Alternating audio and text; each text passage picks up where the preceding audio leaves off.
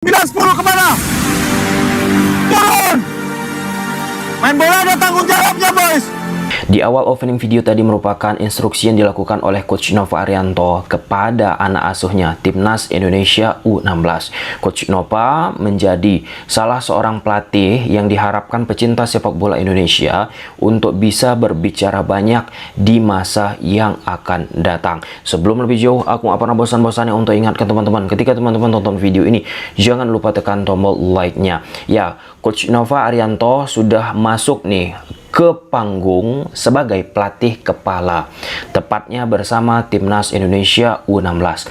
Dari sisi taktikal sudah kita ulas kala Coach Nova bersama Indonesia U16 berhasil mengalahkan Singapura. Aku berharap teman-teman tonton video tersebut. Kita bahas pendekatan yang dilakukan oleh Coach Nova, filosofi yang dimiliki oleh Coach Nova, dan bagaimana Coach Nova Arianto menekankan fisik, disiplin, dan etos kerja kepada pemain-pemainnya. Dan itu menjadi beberapa penilaian atau parameter yang digunakan oleh Coach Nova untuk mencari pemain ataupun memasukkan pemain ke sistem ataupun skema yang ia miliki. Dan tak sedikit Coach Nova Arianto diharapkan bisa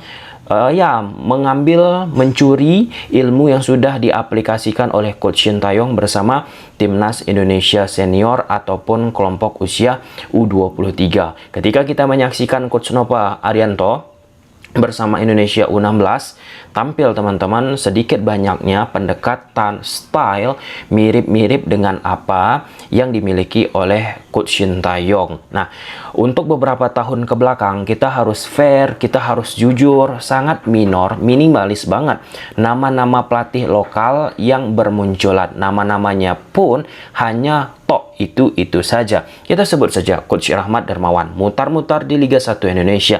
Lalu ada Coach Aji Santoso, mutar-mutar di Liga Indonesia. Lalu ada Coach Jajang Nurjaman di Liga 1 Indonesia ataupun di Liga 2 Indonesia. Nah, dan beberapa nama-nama lainnya. Tentu yang kita harapkan bukan hanya sekedar beberapa nama yang kita sebutkan tersebut, tapi ada regenerasi muncul, ada nama baru, ada pelatih lokal muda yang bisa menembus bagaimana menariknya iklim sepak bola yang ada di Indonesia, termasuk untuk Liga 1 Indonesia terbaru nanti musim depan, teman-teman, yang akan berlangsung beberapa bulan lagi.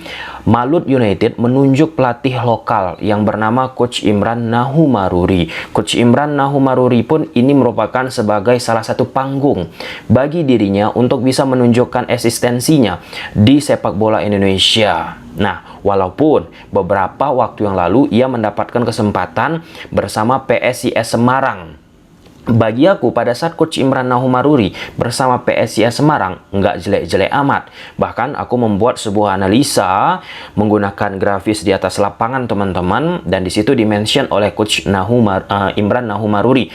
Ya, aku pun akibat video tersebut akhirnya terjalinlah koneksi lewat Instagram, komunikasi dengan Coach Imran. Nah, dengan Coach Imran Nahumaruri mendapatkan kesempatan menjadi pelatih kepala Malut United, kita nggak tahu dinamika ke depan, teman-teman, tetapi sampai aku membuat video ini, Malut United mengumumkan susunan staf official kepelatihan, teman-teman. Pelatih kepalanya Coach Imran Nahumaruri ini harus dioptimalisasi. Kesempatan ini habis-habisan, teman-teman. Kenapa? Karena di Liga Indonesia kebelakangan ini kepercayaan terhadap pelatih lokal itu menurun, sehingga pelatih-pelatih asing lah yang akhirnya di-hire ataupun direkrut oleh klub-klub. Ketika banyaknya pelatih asing, akhirnya sorotan ke pelatih lokal itu pun tidak begitu oke. Disebutlah pelatih lokal nggak bisa mengangkat prestasi klub ketika pelatih lokal diberi kesempatan, disia-siakan, bla bla bla bla bla. Nah, sampai sekarang ini bisa kita lihat, teman-teman, peringkat 1 regular series Liga 1 Indonesia musim kemarin Borneo FC, pelatihnya Peter Wistra. Kemudian Madura United yang masuk ke Championship Series runner up, pelatihnya dari Brazil, Souza. Kemudian Persib Bandung, Boyan Hodak. Kemudian Bali United, Stefano Teko Kugura. Itu pelatih-pelatih asing yang akhirnya mereka bisa memberikan kontribusi banyak kepada klubnya. Nah, dari beberapa klub yang lolos ke Championship Series di musim lalu, teman-teman, for your information, untuk musim depan tak ada lagi Championship Series. Nama pelatih lokal nggak ada. Nah, dengan Liga 1 Indonesia musim depan bergulir, tentu yang kita harapkan itu pelatih lokal. Kenapa? Pelatih lokal ini penting bagi sepak bola Indonesia di masa akan datang. Ya, mereka yang akan bisa sedikit banyaknya memberikan influence terhadap pelatih-pelatih lokal lainnya untuk bisa memacu diri agar muncul. Ketika pelatih lokal berprestasi, yang kita inginkan kan pelatih-pelatih lain bawahnya ini kan memunculkan diri. Ketika memunculkan diri, akhirnya kita bisa menanti bagaimana kesempatan yang akan mereka dapatkan. Untuk pelatih lokal kita, terakhir seingat aku teman-teman, ada Coach Rahmat Darmawan bekerja di luar negeri, tepatnya di Liga Malaysia. Sekarang Coach Kurniawan Dwi Yulianto, teman-teman, di Como. Ini kan salah satu hal yang jarang kita temukan untuk pelatih lokal kita di-hire oleh negara-negara luar. Kenapa pelatih lokal kita jarang di-hire? Ya, karena kualitas tadi. Kenapa Coach Rahmat Darmawan di-hire oleh Liga Malaysia? Karena saat itu era prime-nya Coach Rahmat Darmawan. Jadi dilirik. Nah, kita nggak hanya bicara soal abroad-nya, pemain-pemain dari Indonesia ataupun pemain-pemain keturunan kita yang tampil di sana kemari. Kita pun harus menyoroti bagaimana pelatih kita mampu nggak menembus juga cakrawala di liga-liga selain Liga Indonesia, Liga Thailand kayak Liga Korsel dan seterusnya. Nah, kalau kita melihat sistem sepak bola Indonesia sekarang, akhirnya Liga Indonesia, teman-teman, banyak menjadi ajang batu loncatan dalam tanda petik ya bagi pelatih-pelatih asing. Kita sebut saja Gombau, mantan pelatih Persebaya. Dia di Persebaya Surabaya nggak begitu oke. Kesulitan ia menjadi pelatih, akhirnya dia direkrut oleh Aston Villa. Kemudian banyak pelatih-pelatih asing lainnya datang ke Liga Indonesia, tidak oke. Kemudian pindah ke klub yang secara level kompetitif kualitas pemain mungkin lebih tinggi daripada klub-klub yang ada di Liga Indonesia. Ini kan sebuah diskursus ataupun situasi yang cukup menarik, dan tak terkecuali juga pemain-pemain asing yang ada di Liga Indonesia. Ketika mereka tidak oke di Liga Indonesia, malah direkrut ataupun dipantau oleh negara-negara lain, dan akhirnya lebih tinggi ia bisa bermain dari sisi kompetitifnya. Jadi kesimpulannya, kita perlu melihat kiprah seperti Coach Nova Arianto ke depannya. Tentu kita jangan juga memberikan beban yang terlalu besar. Ya, berharap nggak salah juga, teman-teman, bagaimana karir ke depannya Coach Nova Arianto, dan termasuk juga Coach Imran Nahumarudi. Nah, bersama PSIS Semarang beberapa waktu yang lalu, Coach Imran Nahumarudi dari sisi permainan aku rasa salah satu permainan menarik ya. Nah, untuk posisi Malut United sekarang, teman-teman, itu banyak pemain PSIS Semarang direkrut, kemudian PSM Makassar. Jadi campuran itu coba nih di-combine oleh Coach Imran Nahumarudi. Nah, dengan andai Coach Nova Arianto berprestasi di Indonesia U16 nantinya, atau juga termasuk Coach Imran Nahumarudi pun pelatih-pelatih lokal lainnya yang ada di Liga 1 Indonesia, teman-teman, ini bisa menjadi sebuah corong ataupun aliran bagi klub-klub Liga Indonesia lainnya. Kalau misalnya merekrut pelatih itu nggak ujuk-ujuk harus pelatih asing. Ada loh pelatih yang berkualitas juga di Liga Indonesia. Nah, dengan situasi pelatih lokal berprestasi, maka stigmatisasi pelatih lokal nggak oke, nggak bagus akan pudar. Nah, di Liga Jerman, di Liga Elit Eropa, teman-teman, sepak bola modern sekarang, lihat pelatih-pelatih lokal bermunculan. Umurnya pun ada umur 26 tahun, ada umur 30 tahun, ada umur 34, 36. Di Jerman, di Euro sekarang, teman-teman, Jerman dilatih oleh Nagelsmann. Nagelsmann itu umurnya 36 tahun. Kemudian ia memberikan instruksi kepada kiper Jerman yang bernama Manuel Neuer yang berusia 38 tahun.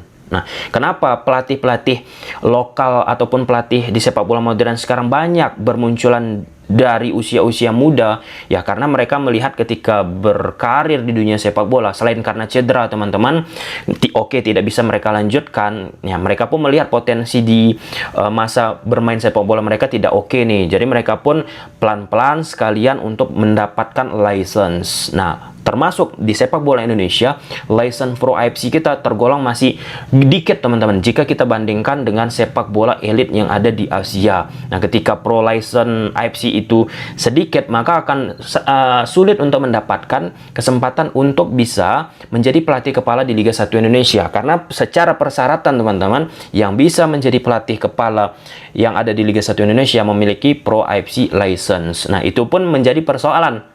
Kenapa pelatih-pelatih lokal kita sulit bermunculan? Karena license tadi, license itu pun tidak murah, mahal, perlu budget yang sangat amat luar biasa. Dalam hal ini tentu perlunya peran dari PSSI. Dalam konteks sekarang ini, PSSI sangat getol ya, memperhatikan wasit regenerasi ya teman-teman. Tentu didukung oleh Asprop dari PSSI. Salah satu penyumbang wasit yang banyak itu Asprop PSSI Jabar. Banyak dalam arti kata banyaknya positif ketika memimpin pertandingan teman-teman. Nah, ini pun tentu ke depannya harus didorong oleh PSSI juga bagaimana untuk bisa mengorbitkan pelatih-pelatih lokal yang ada di Indonesia. Di sepak bola modern sekarang, pelatih lokal ataupun pelatih yang banyak disorot bermunculan itu dari Jerman. Nah, karena ada andil dari federasi mereka juga, operator mereka juga untuk bisa memboost pelatih-pelatih lokal ini agar bisa muncul. Sehingga nama-nama berusia 26 tahun, 30 tahun di Liga Jerman bermunculan. Dan ketika mereka diberi kesempatan, ini yang penting,